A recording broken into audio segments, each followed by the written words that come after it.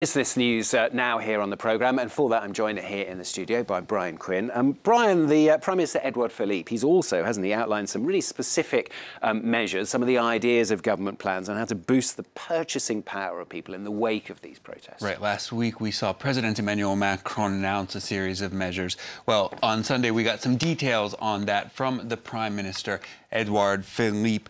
It's a series of measures aimed at placating the Yellow Vest protesters whose movement has hobbled the French economy in recent weeks. Well, in an interview published Sunday in French business daily Les Echos, the Prime Minister went into greater detail on those proposals, which are likely headed for approval in Parliament in the coming days.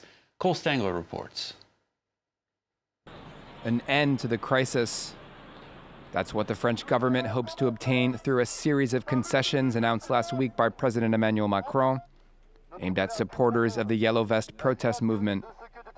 In an interview published Monday, Prime Minister Edouard Philippe shined some more light on the proposals. At the top of the list, a pay hike for low-wage workers. The government won't actually be lifting France's €1,500 minimum monthly rate. It wants to expand eligibility for a state subsidy program for low-income earners. A single worker enrolled will see up to a €100 monthly pay hike, as will freelancers and independent contractors. Another key measure, an end to taxes on overtime pay. It'll cover work performed beyond 35 hours per week, resulting in a €400 annual gain, according to the Prime Minister. Critics, however, say the policy siphons vital funding for Social Security. Finally, more compensation for retirees who'd been hit by a recent tax hike on pension benefits. The government now says just 30% of pensioners will see the increase. All in all, the measures will cost a hefty €10 billion, a bill the government hopes to cover through more spending cuts, as well as a tax on tech giants Google, Apple, Facebook, and Amazon. For now, the measures will head to the National Assembly, where they're expected to pass. The looming question, will they be enough to appease protesters? That's France 24's Cole Stangler. Next, Nissan's board is meeting Monday looking to improve corporate governance since firing Chairman Carlos Ghosn. Reuters reports that external Nissan directors charged with finding a replacement for Ghosn have delayed their decision in order to focus on those government measures. Ghosn was arrested on November 19th on charges of financial misconduct. He remains in custody in Tokyo. The Nissan meeting comes amid rising tensions with corporate partner Renault, which has kept Ghosn as its head amid the crisis. Renault Deputy CEO Thierry Bolloré has called on Nissan to hold a special shareholders meeting that would allow Renault to make key appointments to Nissan's leadership. And next, Boeing has just opened its first completion plant in China for the 737 passenger jet, part of a strategic investment aimed at getting out in front of European rival Airbus in the fast-growing Chinese market.